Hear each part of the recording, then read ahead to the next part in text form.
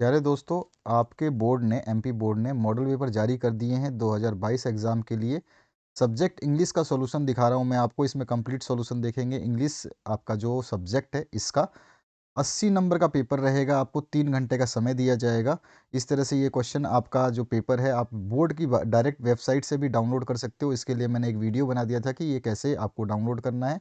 सबसे पहले आपका ए सेक्शन आएगा जिसमें रीडिंग आएगा, जो कि आपका लिखा जाएगा एक पैसेज, और उस पैसेज को पढ़ने के बाद में आपको आंसर्स देने हैं। At first sight silence would seem to be essence of non communication, ये वाला पैसेज रहेगा और इस पैसेज के हिसाब से हमें आंसर्स देने हैं। तो अगर हम देखें इस क्वेश्चंस के, तो यहाँ पे जो पहला क्वेश्चन पूछा गया है silence seems to be essence of, तो अभी अभी हमने पहले वर्ड में ही पढ़ा था एसेंस ऑफ नॉन कम्युनिकेशन। तो इसका आंसर जो है नॉन कम्युनिकेशन हो जाएगा। अब उसके बाद में for the listener silence can, तो for the listeners silence can buy time, यहाँ पर आप देखोगे साइलेंस कैन बाई टाइम, यहाँ पे लिखा हुआ है, ये रहा साइलेंस कैन बाई टाइम। तो ये वाला जो है इसका आंसर हो जाएगा फोर्थ नंबर। इसके बाद आते हैं नेक्स्ट सी पार्ट पे। According to the author silence can build up, तो anticipation for what is to come, ये साइलेंस बिल्ड करता है।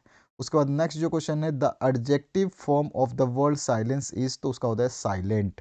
इसके बाद में नेक्स्ट क्वेश्चन है which of the following is the सिनोनियम of gauge, तो गेज का होता है मेजर, दोनों का मतलब होता है माप, इसका भी मतलब माप होता है, इसका भी मतलब है माप होता है। क्वेश्चन नंबर 2 में फिर से आपको पैसेज दिया गया है। It is an admitted fact that union और कोऑपरेशन इज स्ट्रेंथ और डिस्कशन इज वीकनेस, इस तरह से आपको ये दिया गया पैसेज। इस पैसेज को पढ़ने के बाद में, कंप्लीट पैसेज पढ़ने के बाद में ही आप आंसर दे पाएंगे। तो इस पैसेज को आपको पढ़ना है। और यहाँ पर जो है इसमें पहला क्वेश्चन जो पूछा गया है according to the passage what is weakness, तो यहाँ पर है इसका आंसर डिसयूनियन जो है वीकनेस है। उसके बाद में दूसरा जो है which of the following is a suitable title for the above passage, तो अबव पैसेज का हो जाएगा यूनाइटेड वी स्टैंड और डिवाइडेड वी फॉल। इसके बाद में है to win a battle an army must work as one man army, यानी कि सभी को एक होकर के एक साथ लड़ना होगा। Divide and conquer was the motto of, तो वो था नेपोलियन का मोटो। थर्ड वाला ऑप्शन इसमें करेक्ट हो जाएगा। If we are divided we fall, second वाला ऑप्शन करेक्ट हो जाएगा। सेक्शन बी में आ गए हैं हम। रीडिंग राइटिंग सेक्शन में रीडिंग हमने देख लिया। अब यहाँ पे आपको पैसेज को रीड करना है और मिक्स करने हैं, आपको इसके नोट्स और सुटेबल टाइटल बताने हैं। जब भी आप नोट मेकिंग करेंगे तो पहले पैसेज को जब भी आप पढ़ेंगे तो इंपॉर्टेंट पॉइंट्स देख करके फटाफट आप जो है उसको लिखेंगे और उसके बाद में उसके सब हेडिंग दे देंगे। बस इसी तरह से एब्रीविएशन यूज़ करना चाहें तो आप कर सकते हैं। तो इसका सॉल्यूशन मैं बता देता हूँ। पहले तो ये आप पढ़ लीजिए कि ये पोल्यूशन है, फॉलिंग एनवायरनमेंट है, ये मतलब प्रभावित कर रहा है। पोल्यूशन जो पर्यावरण को प्रभावित कर रहा है, फॉलिंग मतलब प्रभावित करना। और ये किस तरह से प्रभावित कर रहा है, ये सारी चीज़ें हम इस समरी में बताएंगे। तो देखिए, पॉल्यूशन फॉलिंग एनवायरनमेंट यानी एनवायरनमेंट को प्रभावित कर रहा है। क्या कर रहा है? अफेक्टिंग नेचर बुरी तरह से। और उसके बाद में डिस्ट्रक्टिव ऑफ ओजोन लेयर, और शॉर्टेज ऑफ वाटर भी हो रहा है, क्लाइमेट चेंज के लिए भी जिम्मेदार है। और आप अपने अर्धवार्षिक यानी कि यू कैन सेंड आपके प्री बोर्ड पेपर्स, आपके हाफ ईयरली पेपर्स, या फिर आपके ईयरली पेपर्स, कुछ भी आप जो भी भेजना चाहते हैं तो हमारा व्हाट्सएप नंबर यहाँ पे दिया गया है। इस व्हाट्सएप नंबर पे आप भेज सकते हैं। ठीक है, तो ये नंबर आपके लिए इसलिए दिया गया कि आप अपने क्वेश्चन पेपर्स जो आपके 2021-22 से रिलेटेड है उनको अगर आप भेजना चाहते हैं तो बिल्कुल साफ भेजेंगे, पीडीएफ बना के भेजेंगे तो उनके सॉल्यूशंस बना दिए जाएंगे। सॉल्यूशन बनाने में 1-2 दिन, 4 दिन, 5 दिन का समय लग सकता है, क्योंकि हमारे पास ऑलरेडी बहुत सारे पेपर्स जो हैं ऑलरेडी आ चुके हैं, उनको भी बनाना है। तो आप अपने पेपर्स के सॉल्यूशंस चाहते हैं और पूर्ण रूप से जैसे आप ये क्वेश्चन पेपर का सॉल्यूशन देख रहे हैं, इस तरह से अगर आप चाहते हैं तो आप हमें व्हाट्सएप कर सकते हैं। कोई कॉल और या कोई मैसेज ना करें। क्वेश्चन पेपर सेंड करने के अलावा कोई रिस्पॉन्स आपको उस नंबर पे नहीं मिलेगा। वो हेल्पलाइन नंबर है, उस पर आप कॉल करते हैं या मैसेज करते हैं तो कोई रिस्पॉन्स नहीं मिलेगा। ऐसे ही मैंने देखा बहुत सारे बच्चे उस पे रिस्पॉन्स कॉल करते हैं और फिर उसके बाद लिखते हैं सर आप फ़ोन नहीं उठाते, आप मैसेज का रिप्लाई नहीं देते। आपको जो भी आपको रिप्लाई चाहिए तो कमेंट सेक्शन में दीजिए, आपको रिप्लाई कमेंट सेक्शन में ज़रूर मिलेगा। तो आप जब भी यूट्यूब पे वीडियो देखते हैं उसके कमेंट में आपकी जो भी क्वेरी है आप कमेंट करिए, आपको रिप्लाई मिलेगा। व्हाट्सएप पे आप कोई भी मैसेज करेंगे, पर्सनल मैसेज या कोई भी मैसेज, उसका रिप्लाई नहीं दिया जाएगा। तो यहाँ पर आप सबसे पहले इसमें से वर्ड्स जो है आप निकालेंगे। फॉलिंग एनवायरनमेंट, तो यहाँ पर ये क्या पोल्यूशन कर रहा है एनवायरनमेंट को, यानी पर्यावरण को प्रभावित कर रहा है, और ये 3-4 तरीक़ों से कर रहा है। हम देख सकते हैं इसमें किस तरह से कर रहा है। तो मैनी टाइप्स ऑफ पोल्यूशन बाद में देखना है।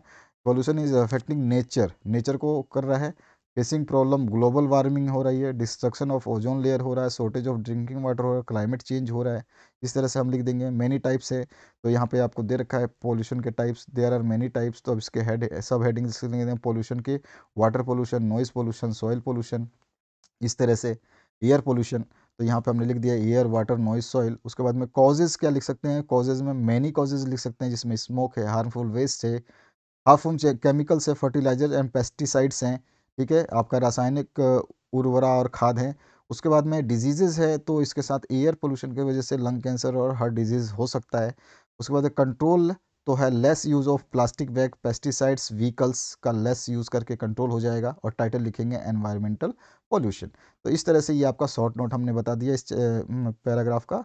अब चौथा क्वेश्चन है, you are Arun Tripathi, reading in 10th government high school Rewa, write an application to the principal of your school requesting him to issue your transfer certificate because your father has been transfer to Bhopal. आपके पिताजी का भोपाल में transfer हो गया है, उसके लिए आपको ट्रांसफ़र सर्टिफिकेट टीसी चाहिए। उसके लिए आपको एप्लीकेशन लिखना है। आप 10वीं 8वीं 7वीं से ये टीसी के जो आप लिख रहे हैं एप्लीकेशन आप लिख सकते हैं। और इसका एक और पार्ट है, you are Rakesh Mishra, write a letter to your friend Manish inviting him to attend your brother's birthday party, younger brother party. तो यहाँ पर आप केवल आपको नाम दिया है, एड्रेस नहीं दिया है, तो एड्रेस आप अपनी मर्जी से लिखोगे और बाकी नाम आपको यूज़ करने हैं। आपको लिखना क्या है, आपका नाम क्या बोला है, राकेश मिश्रा, और आपका फ्रेंड कौन है, मनीष। तो मनीष को इनवाइट करने के लिए लिखना है, तो मनीष का नाम सबसे पहले आएगा और राकेश मिश्रा जो लेटर लिख रहा है वो नीचे आएगा।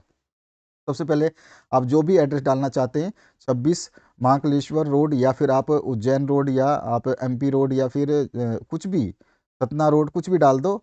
और यहाँ पे एमपी डाल करके एड्रेस लिख करके पिन कोड डालना चाहो डाल दो। आज की डेट जो है मैंने डाली 25 दिसंबर 2021, क्रिसमस का डे है। और यहाँ पर डियर मनीष लिख करके आप शुरू करेंगे, क्योंकि मनीष को आप इनवाइट कर रहे हैं। तो I hope this letter finds you in best of your health and spirit, मतलब आपको अच्छा और पूर्ण रूप से, मतलब लेटर लिख रहा हूँ तो आप अच्छे होंगे, पूर्ण रूप से स्वस्थ होंगे। I hope your study might be going on well, तो आपकी स्टडी यानी कि आपकी जो पढ़ाई है वो भी अच्छी तरह से जारी होगी। You will be glad to know that my younger brother's birthday party has been arrange at hotel sea rock on 27 December. जैसे कि इसने बताया है कि आपके मतलब उसके भाई की बर्थडे पार्टी 27 तारीख को होटल रॉक में ऑर्गेनाइज की गई है। आई विद ग्रेट प्लेजर, मैं अपने खुशी से invite you to attend the same, इस पार्टी को अटेंड करने के लिए आपको इनवाइट कर रहा हूँ। और इसके बाद में आप एक और बता सकते हैं इसमें कि the party is scheduled to start, मतलब कितने बजे से स्टार्ट होगी ये बता देंगे। ज़्यादा लिखना नहीं है, लेकिन लिखना सब कुछ सही है। Please try to be here before the time, आप समय से पहले पहुंचने की कोशिश करें, ताकि हम लोग जो है सम चिट चैट मतलब गप्पे शप्पे मारे। और पापा और मम्मी have sent their blessings to you, आपको पापा मम्मी ने मेरे प्यार मोहब्बत भेजा है, आशीर्वाद भेजा है। सिंसियरली आपका, फिर अब आपको नाम लिखना है, क्योंकि आप है राकेश मिश्रा, तो वो लिखेंगे आप नीचे। यहाँ तक क्लियर हुआ। पांचवें क्वेश्चन की बात करते हैं। आपको मैं अभी इंग्लिश दे रहा हूँ, इसके बाद में आपके Hindi, science, social science, maths, इन सभी सब्जेक्ट को सॉल्व करवा के दे दूंगा। आपको ज़रूरत नहीं है टेंशन लेने की, कंप्लीट सॉल्यूशन दूंगा। और इस वीडियो को कंप्लीट देखना, ताकि आपको जब मैं पासवर्ड बताऊं इस पूरे पीडीएफ का, तो उसको डाउनलोड कर पाओ आंसर के साथ में। ठीक है, तो आंसर के साथ में अगर आप पीडीएफ चाहते हैं, तो आपको कंप्लीट वीडियो शांति से देखना होगा। इसमें लगती है मेहनत, हमें भी मेहनत लगती है, और आपको भी मेहनत करनी होगी अगर आपको एग्जाम में बढ़िया नंबर लाने हैं। मॉडल पेपर बहुत अच्छा रोल निभाएंगे, और सारे मॉडल पेपर्स मैं सॉल्व करवाऊंगा। आगे बढ़ते हैं।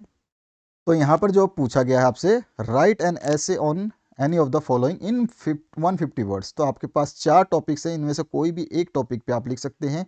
तो यहाँ पे जो चार टॉपिक में से आपसे एक पूछा गया है, उसकी बात करें तो यहाँ पर पूछा गया आपसे कि importance of game in sports, दूसरा है वंडर ऑफ साइंस, तीसरा है माई हॉबी, और चौथा है द डिजिटल इंडिया मूवमेंट। ये चारों चीज़ें जो है, ये इसमें से तीन चीज़ें तो ये कॉमन है जो कभी भी पूछा जाता है।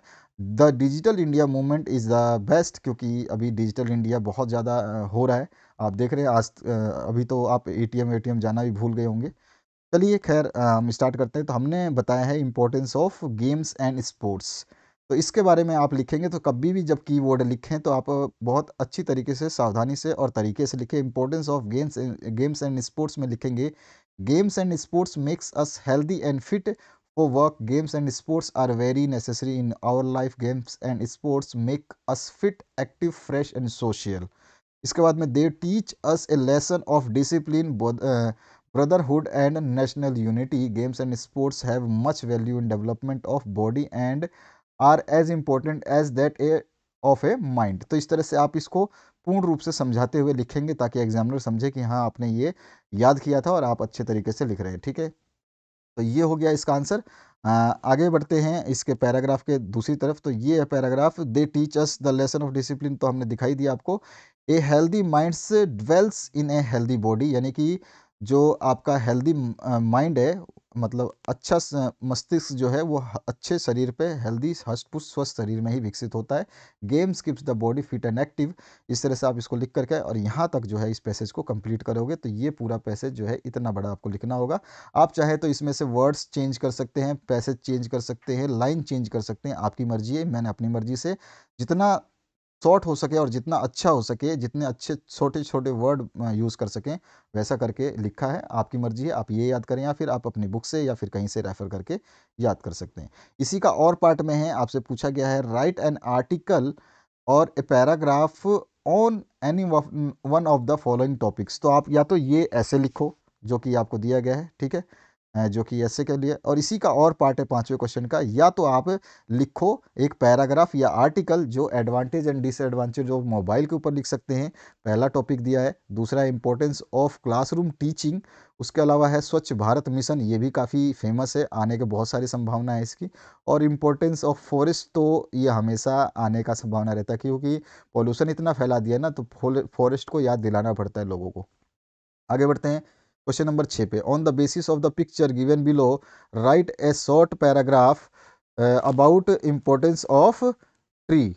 इम्पोर्टेंस ऑफ ट्री, अब आगे देखते हैं हम। इम्पोर्टेंस ऑफ ट्री मतलब यहाँ पे ये जो डायग्राम दिया है इसके हिसाब से आप चाहे तो लिख सकते हैं, if you cut a tree you cut your life. यहाँ पे लिखा गया स्लोगन, पेपर और यहाँ पे फ्रूट, ऑक्सीजन, ये सारी चीज़ें हमें पेड़ से मिलते हैं। यहाँ पर हम क्या है, हम कुछ भी नहीं करते, नथिंग। और सेव लाइफ करने के लिए सेव ट्री करना होगा। तो इस तरह का ये है। और मैंने जैसा आपको बताया, you can send your pre board papers, half yearly papers या फिर आपके final year papers on WhatsApp number 8469022568। ये नंबर बहुत ही महत्वपूर्ण है, याद रखना आप, आपके काम ही आएगा इन फ्यूचर। ज़रूरी नहीं कि अभी भेजें, आप कब आपका जब प्री बोर्ड हो या फाइनल ईयर एग्ज़ाम हो, जो भी आप सॉल्यूशंस चाहते हैं आप अपने क्वेश्चन पेपर्स को भेज सकते हैं। ठीक है, तो ये नंबर आपके लिए हेल्पलाइन का काम करेगा, इस नंबर को आप नोट्स कर सकते हैं। और ध्यान से इस पूरे वीडियो कंप्लीट देखना, ताकि जब मैं पासवर्ड बताऊं तो पासवर्ड आपको याद हो जाए। पासवर्ड याद करना ज़रूरी है क्योंकि ये पीडीएफ जब आप डाउनलोड करोगे आंसर के साथ में मिलेगा, जैसे ये आंसर लिखा हुआ है, लेकिन आपको खुलेगा नहीं जब तक इसका पासवर्ड आपको पता नहीं होगा। तो यहाँ पर हम जो है ट्री के ऊपर लिख रहे हैं इंपॉर्टेंस ऑफ सेविंग ट्री। तो यहाँ पे एक चीज़ हमने देखी है, सुनी भी है, from childhood we have heard that tree are our best friend, but in practical life we didn't see anyone who treats tree as a friend, their friend, although they are the most valuable life source on the earth. और सबसे महत्वपूर्ण life सोर्सों में tree माने जाते हैं। ये नहीं होंगे तो हम नहीं होंगे, सीधी सी बात है, फिर भी हम इसकी केयर नहीं करते। Trees are the best gift of nature for us, they make the environment beautiful and clean, water sunlight are very important to help tree grow. इस तरह से आप इसको लिखेंगे। और यहाँ पे लास्ट में जो हमको स्लोगन जो दिया गया था उनको यूज़ तो करना ही होगा, उसके बिना तो हमारा काम ही गड़बड़ हो जाएगा। तो यहाँ पे लिखेंगे save trees save lives should be the motto, not only on prescribed calendar dates but also on the other industrious day of the year. ठीक है, तो हमारे जो है ये कोई एक पर्यावरण दिवस मनाते हैं बस केवल उसी के लिए ये नहीं होना चाहिए। सेव लाइफ, सेव ट्री और सेव लाइफ्स, ये हमेशा हर चीज़ पे हर बार पे बोलना चाहिए और बताना चाहिए, जागरूकता फैलानी चाहिए। इस तरह से आपको ये लिख देना। आपको मेरे हिसाब से ये अच्छा लगा होगा पैसेज, तो इस तरह से आप एक लिख सकते हैं। इसके बाद आते हैं सेक्शन सी ग्रामर वाले पे। तो सबसे पहले फिलअप्स करने हैं, choose the correct alternative given in the brackets में एनी 5 करने हैं। चलिए हम देखते हैं, एनी 5 की जगह एनी 6 करेंगे, चिंता करने की जरूरत नहीं है, आपको दिया गया है। इसी तरह का पेपर आएगा क्वेश्चन नंबर 7 में आपसे ग्रामर सेक्शन का यही पूछा जाएगा। आपके मॉडल पेपर यही बता रहा है कि आपका पेपर कैसा बनेगा। तो 7वें नंबर में ऐसा ही बनेगा, एक एक नंबर के क्वेश्चन होंगे, कोई भी 5 करने होंगे और दिया होगा 6।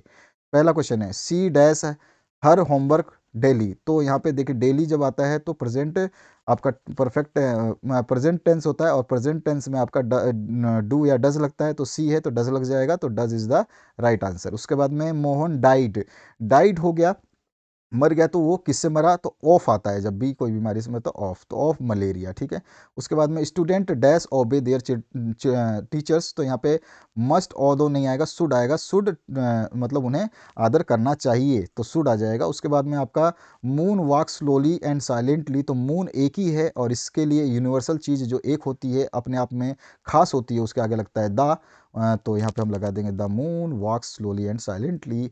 Shyam is dash then Sohan, तो यहाँ पे टॉल है, टालेस्ट है और टॉलर है, तो यहाँ पे आपका जो सुटेबल वर्ड होगा वो टॉलर हो जाएगा। Shyam is taller than the Sohan, उसके देन सोहन। उसके बाद में Rita is sitting dash Radha Kavita, तो अमंग और इन नहीं आएगा, बिटवीन आएगा, between is the right answer. उसके बाद आते हैं नेक्स्ट क्वेश्चन पे, डू एज डायरेक्टेड एनी 5, फिर से आपको ऐसा डू एज डायरेक्टेड 8वां क्वेश्चन आएगा आपके बोर्ड एग्जाम में, उसमें आपको एनी 5 करने होंगे। यहाँ पर आपका जैसे दिया है इसी तरह से पैटर्न रहेगा, तो आपको पैटर्न बिल्कुल यही फॉलो करना है। आपके मॉडल पेपर्स वेबसाइट पे मिल जाएंगे, उनको आप डाउनलोड कर सकते हैं, मैंने उसके लिए वीडियो भी बना दिया। इसी वीडियो के डिस्क्रिप्शन बॉक्स में 10th क्लास की प्लेलिस्ट विजिट करिए, आपको सब कुछ मिल जाएगा। प्लेलिस्ट विजिट करना बिल्कुल ज़रूरी है आपके लिए, क्योंकि वहाँ पर है जो खजाना, उसको अगर आप छोड़ देते हैं तो आपको नुकसान हो सकता है। तो पहला क्वेश्चन पूछा गया है I do my homework change into negative, तो I don't do my homework इसका नेगेटिव हो जाएगा, मैं अपना जो है होमवर्क नहीं करता हूँ। उसके बाद में नेक्स्ट है children read books change the voice, तो books are read by children, ये इसका आंसर हो जाएगा।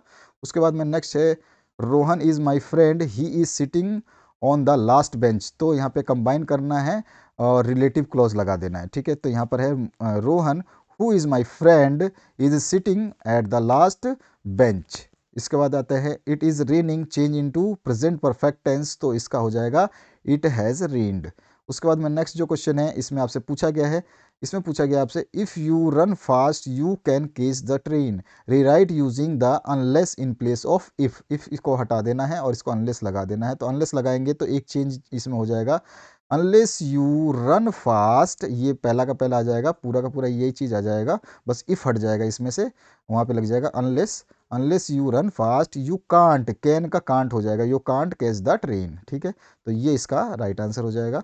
Usha runs very fast she can win the race, Usha तेज भागती है और वो रेस जीत सकती है, तो सो दैट हम लगा देंगे, तो Usha runs so fast that she can win the race, Usha इतनी तेज भाग भाग रही है कि वो जीत जाएगी। इसके बाद आते हैं क्वेश्चन नंबर 9 पे, क्वेश्चन नंबर 9 में answer the following questions any 6 आपको बताने हैं, और 6 में से कोई ऑप्शन दिया ही नहीं है, यानी कि यहाँ पे 6 ही क्वेश्चन है और 6 आपको बताने हैं। पहला क्वेश्चन पूछा गया हु वाज लेंचो, तो सभी को पता है वो फार्मर था। उसके बाद में who was the first black president of south Africa, तो नेल्सन मंडेला का नाम आपने बहुत अच्छे के तरीके से अपना चैप्टर में पढ़ा है। उसके बाद सी पार्ट पूछा गया इन the poem fire and ice fire stands for, तो वो फायर स्टैंड्स फॉर डिजायर। उसके बाद में आपका नेक्स्ट है which plane was the author flying, तो उसका था डाकोटा, ठीक है, वो कौन सा प्लेन था, डाकोटा। उसके बाद में आते हैं next question, the diary was given to Anne ए Frank on her 13th birthday, 13वीं जन्मदिन पे दिया गया था उसको। और what are the bakers known in Goa, तो बेकर्स को बोला था पैडर। उसके बाद में है Siddhartha was sent away for schooling at the age of 12, ठीक है, वो 12 साल की उम्र में स्कूलिंग के लिए घर से भेज दिया गया था। उसके बाद में आपका नेक्स्ट जो है read following extract and prose answer the following given questions, तो यहाँ पर बेकर वाले से ही है आपका ये चैप्टर, और इसको पढ़ना है, मतलब इस पैसेज को आपने पूरा का पूरा ये चैप्टर तो पढ़ा ही होगा, अगर नहीं पढ़ा होगा तो सिलेबस में आपके है, आपका अभी टीचर आपको करा देंगे, तो इसको पढ़ना है। इसके बाद में इसके क्वेश्चंस जो आपके बुक से पूछे गए हैं वो है आपके सारे, अब बुक से क्वेश्चन आ रहे हैं। तो यहाँ क्वेश्चन पूछा गया from which lesson has this extract has been taken. तो आपको सारे लेसन्स के कवियों के नाम याद होने चाहिए, लेखकों के नाम याद होने चाहिए। तो ये वेकर फ्रॉम गोवा सबसे पहले तो आपको ध्यान रखना है, ठीक है। और उस चैप्टर का नाम भी याद होना चाहिए। बेकर फ्रॉम गोवा के राइटर कौन है ये भी लिख सकता है, तो आपको पता होना चाहिए। उसके बाद में कबाई मीन्स क्या होता है, तो ए लॉन्ग फ्रॉक होता है। अब इसके बाद में नेक्स्ट जो क्वेश्चन है इसमें पूछा गया है आपसे, in author childhood what was the dress of the baker. तो सभी को पता है चाइल्डहुड में बॉकर उसका था shirt and trouser. Third option इसमें करेक्ट हो जाएगा आपका। इसके बाद में read the following extract from the poem and answer the question given below. तो इसमें है way the ways a crow stuck down on me the dust of snow from hemlock tree. तो ये वाला आपके हेमलॉक ट्री से ही ये वाला चैप्टर आपको याद होगा। नेम ऑफ द पोएट आपको बताना है। तो इस पोएम को लिखा था रॉबर्ट फ्रॉस्ट ने, बहुत ही कॉमन क्वेश्चन है। उसके बाद में what did crow shake on the poet. तो सभी को पता है डस्ट ऑफ स्नो। उसके बाद में वेयर वाज द क्रो, तो वो था ट्री के ऊपर ऑन द हेमलॉक ट्री। इसके बाद में नेक्स्ट जो क्वेश्चन है इसमें पूछा गया answer the following questions in about 30 word, any 6 आपको करने हैं, ठीक है। और ये आपको 12 नंबर देंगे। तो where was Lencho's house located. तो सभी को पता है on the top of the low hill, ठीक है। इसके बाद में नेक्स्ट जो क्वेश्चन है इसमें पूछा गया से what does courage mean to Mandela. तो मंडेला के लिए करेज क्या मीन करता था। तो वो मंडेला के लिए करेज का मीन ये नहीं था कि एब्सेंस ऑफ फियर, यानी डर का ना होना मंडेला के लिए मीन नहीं था। वो था एक विक्ट्री ओवर फियर, यानी कि अपने डर के ऊपर जीत ही उनका करेज का मतलब था। करेज वो बोलते थे कि विक्ट्री ओवर फियर, ठीक है। According to whom brave man need not to fearless but should be able to conquer fear.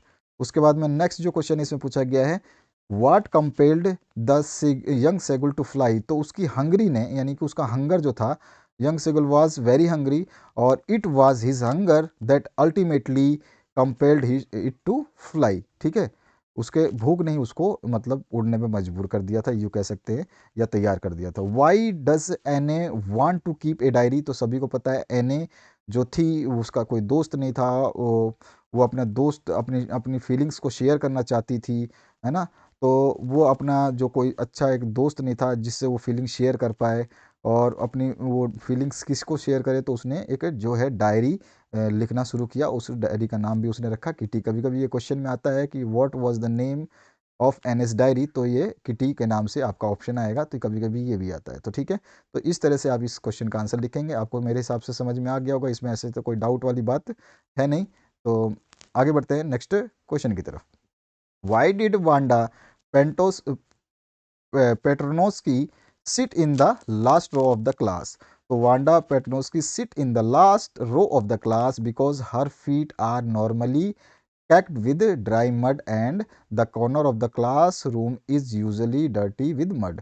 ये इसके जो पैर थे वही खराब रहते थे, और जो कॉर्नर था क्लासरूम का वो भी खराब रहता था, गंदा रहता था, वहाँ पे वो जाके बैठ जाती थी। इसके बाद में पांचवा जो क्वेश्चन है इसमें पूछा गया व्हाट इज कॉग नॉन फॉर। तो वो कॉग किस लिए फेमस था, कॉफ़ी प्लांटेशन और रेनफोर्समेंट और स्पाइसेस के लिए, ठीक है। 30% of its area is covered with the evergreen rain forest. The best season to visit this place from September to March. ये जो यहाँ पर जाने का समय है वो यही समय है सेप्टेम्बर टू मार्च में। और द वेदर इज़ परफेक्ट रहता है वहाँ पे, और air is full of coffee flavour. जितना भी वहाँ पे हवा बहेगी ना ऐसा लगेगा कॉफ़ी उड़ रही है, कॉफ़ी की महक आ रही है, जैसे परफ्यूम आता महकता है दूर तक, इस तरह से। अगले क्वेश्चन की बात करते हैं। How did mister Keesing punish Anne. उसने क्या करा कि एन ए ना बहुत ज़्यादा बकबक बकबक करती थी, तो वो बकबक बकबक करती थी तो उसको पनिश देने के लिए उसने एक्स्ट्रा होमवर्क दे दिया, ठीक है ना। तो ये आप इसको लिख देंगे, ये रहा आंसर इसका मैंने लिखा है जो। अब आगे बढ़ते हैं नेक्स्ट क्वेश्चन पे। नेक्स्ट क्वेश्चन पूछा गया है answer the following question in 30 words, any two आपको करने हैं, दो दो नंबर के मिलेंगे आपको। What does ice stands for in the poem fire and ice. तो ice stands for cruelty, intolerance, rigidity, insensitivity और कोल्डनेस और इनडिफरेंस एंड हार्ट रेट, ठीक है। इस तरह से आप इसका आंसर लिखेंगे, क्योंकि दो नंबर का है तो एक ही वर्ड मत लिख देना कि आपका हार्ट रेट हो जाएगा, ऐसा नहीं। उसके बाद में हाउ डज द फॉग कम। तो फॉग कैसे आया, तो फॉग ऐसे आया जैसे कि बिल्ली आती है ना छुपते छुपाते, उस तरह से आया, ठीक है ना। तो स्लोली स्लोली आया और इसने पूरे सिटी को, पहले तो ये समुद्री इलाके और जो बंदरगाह हैं उधर आया, और उसके बाद में धीरे धीरे इसने पूरे शहर को कब्जा कर लिया। ठीक है, ये हो गया आपका फोक कैसे आया। इसका आंसर आप यहाँ से आराम से देख सकते हैं। हिंदी में मैंने आपको समझा दिया, इंग्लिश में लिखा है, इंग्लिश में तो आपको याद करना पड़ेगा। ठीक है, आगे बढ़ते हैं थर्ड क्वेश्चन पे। थर्ड क्वेश्चन है, इन the poem dust of snow what does the poet से हैज़ चेंज हिज मूड। तो मतलब डस्ट ऑफ स्नो में कैसे उसका मूड चेंज हुआ, तो वो जानता है कि आप जानते हो कि वो जो डस्ट ऑफ स्नो में वो पार्टिकल्स ऑफ स्नो वो होमलेक सॉरी जो डस्ट ऑफ स्नो में जो आपका पोएट है वो होमलेक ट्री के नीचे बैठा हुआ था, और जैसे ये कौवा आया वो आकर के उस होमलेक ट्री के पेड़ की डाली पे बैठा, और डाली पे बैठने के बाद में जो उस पे जमा हुआ था डस्ट ऑफ स्नो वो उसके ऊपर आके गिरा, और अचानक गिरने से उसका मूड जो है वो चेंज हो गया, और वो अपने आप को थोड़ा सा अलग ही फील करने लगा। तो इस तरह से आप इसका आंसर लिख देंगे। इसके बाद में आते हैं नेक्स्ट क्वेश्चन पे। नेक्स्ट क्वेश्चन आपसे पूछेगा, answer the following in 30 words any two. तो why was Mrs Pumphrey worried about Tricki. तो टिकी के लिए वरी इसलिए थी कि वो उसकी तबीयत ख़राब थी, वो कुछ भी खा पी नहीं रहा था, वॉमिट भी कर रहा था, और वो उसको सीरियल हेल्थ प्रॉब्लम या मतलब माल न्यूट्रिशन की प्रॉब्लम हो गई थी। ठीक है, अगला क्वेश्चन है, इसमें पूछा गया what was Anil doing when the thief approached him. तो जब थीफ वहाँ पे आया तो वो रेसलिंग मैच जो है वो देख रहा था। ठीक है ना, कुश्ती का मैच देख रहा था। उसके बाद में नेक्स्ट जो क्वेश्चन है, why does Mrs hall find scientist eccentric. तो मिसिस हॉल ने उस साइंटिस्ट को एसेंट्रिक क्यों देखा, तो उसके अपीरियंस जो अनकॉमन था, वो उसके बैंडेजेस लगे हुए थे फोरहेड पे, और डार्क ग्लासेस थे, और उसका जो है आपका और भी उसमें मतलब वो लार्ज हैट था उसके ऊपर। इस तरह से वो चीज़ें थी, तो उसको देख करके मतलब वो मिसिस हॉल ने साइंटिस्ट को एसेंट्रिक पाया। तो इस तरह से आप इसका आंसर लिख सकते हैं। उसके बाद में क्वेश्चन नंबर 14 के ऊपर मूव करते हैं। अच्छा, एक चीज़ आपको मैं जो बताने वाला हूँ तो इसको ध्यान से नोट कर लेना। जो मैंने बताया कि आपका जो पासवर्ड है उसको नोट कर लीजिए। तो पासवर्ड रहेगा आपका 301019, 301019। ठीक है, तो 301019 डालोगे तो ये पासवर्ड से पूरा का पूरा फाइल खुल जाएगा।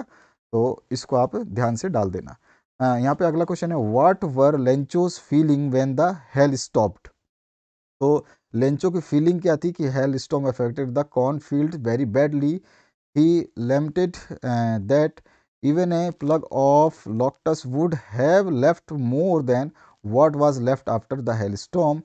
He said that they would not have any corn that year and they would go hungry। मतलब उसको जब स्टॉप हुआ तो उसने अपनी सारी फीलिंग्स जो हैं अपने मन में सोची, क्या क्या हुआ और कैसे हो गया, और उसके पास उस समय खाने के लिए भी उस समय वो बचा हुआ नहीं था।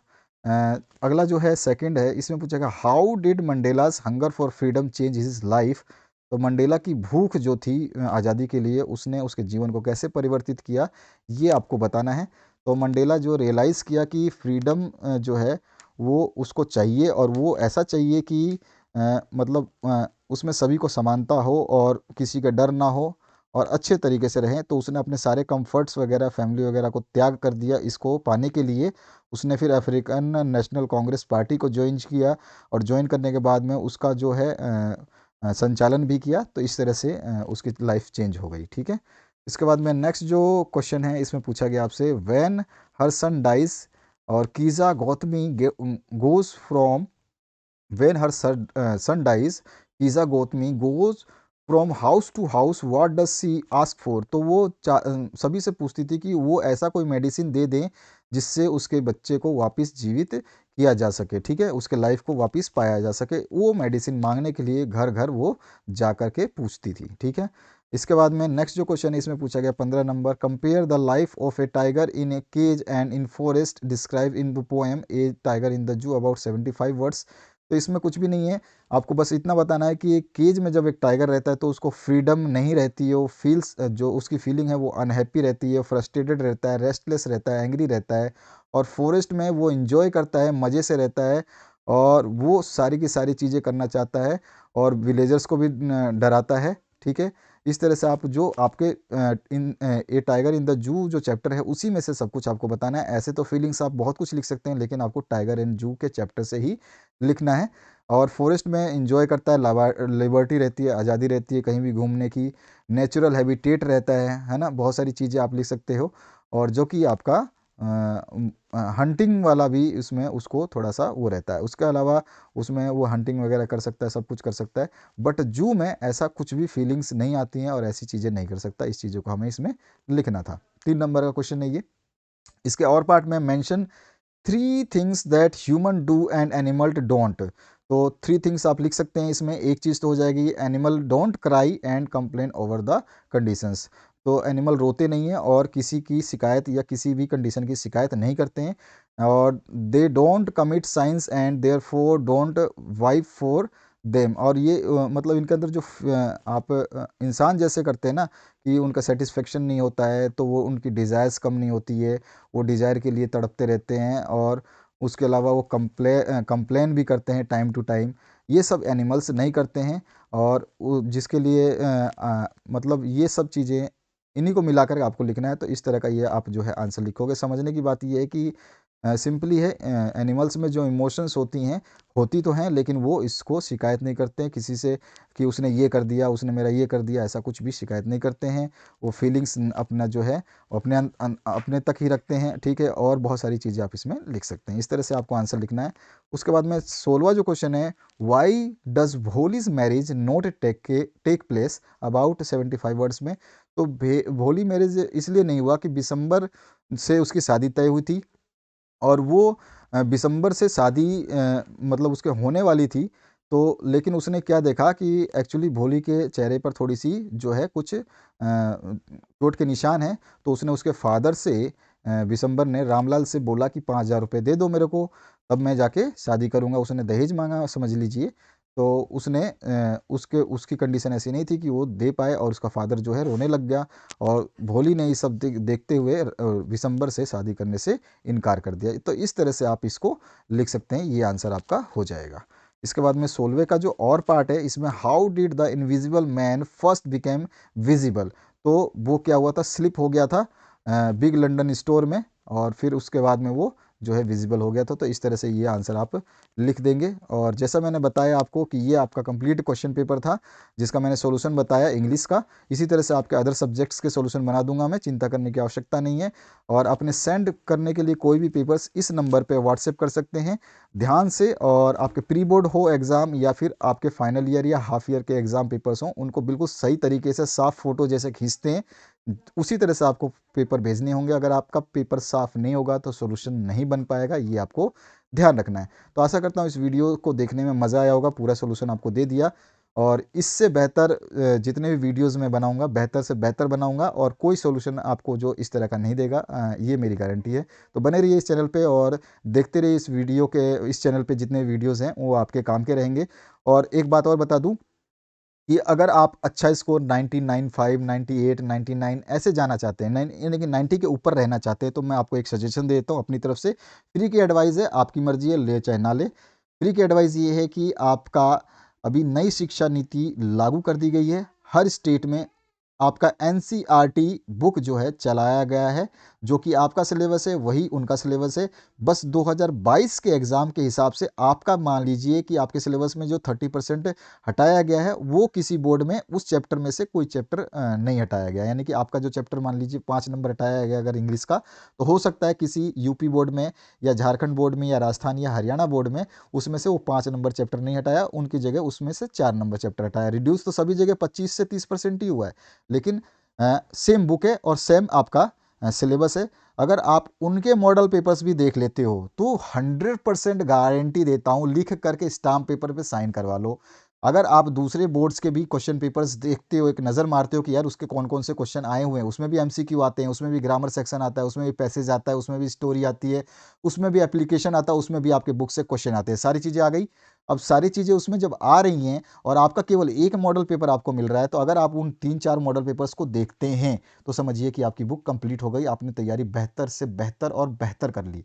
तो आपका 95 प्लस स्कोर जाएगा, यानी कि मेरिट लिस्ट में आने की संभावनाएं बढ़ जाती हैं। तो सिंपल मैंने जो चीज़ बताया आपको समझ में आ चुका हो। अपने मॉडल पेपर के अलावा जो मैंने अभी सॉल्व कराया, इसके अलावा मैंने यूपी के भी 10th क्लास के डाले हैं, राजस्थान बोर्ड के भी 10th क्लास के डाले हैं, अभी मैं झारखंड बोर्ड के भी 10th क्लास के डालने वाला हूं, और आपके सीबीएसई के तो चल ही रहे हैं, उनके मैं डाल चुका था, अब दोबारा जो टर्म सेकंड होने वाले हैं वो हो रहे हैं, उसके भी डालूंगा। समय जैसे जैसे मिलता जाएगा मैं सारे पेपर्स डाल दूंगा।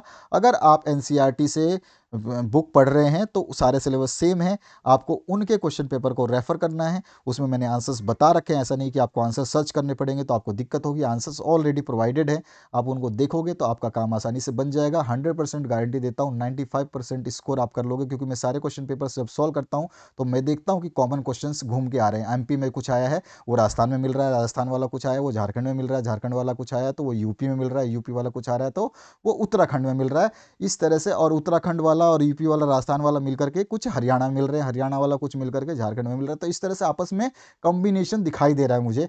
अगर कोई बंदा इन सभी को पढ़ता है, यानी 5-6 मॉडल पेपर्स, वैसे ही जनरली आपके बोर्ड अगर 2-4 सेट जारी करता है तो उनको तो पढ़ना ही पड़ता है।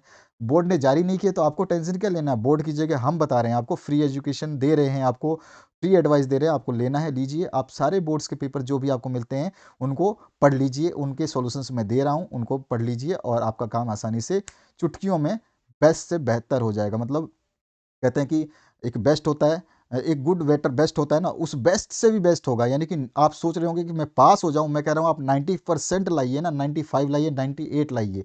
लाना कब है, कैसे लाना है, वो मैंने आपको रास्ता बता दिया।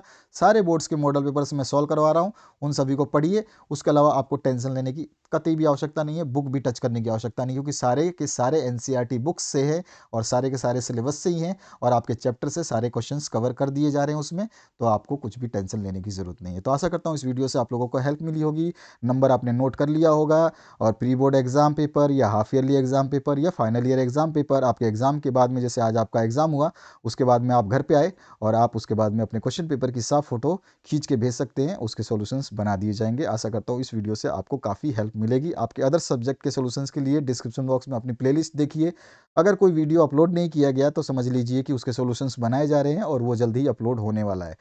इंडिया का largest helping channel, educational channel है ये, और आप लोगों के सपोर्ट से सभी हिंदुस्तान के साथियों का हम हमेशा मदद करते रहेंगे। Thank you very much, have a good day and best of luck for your coming examinations.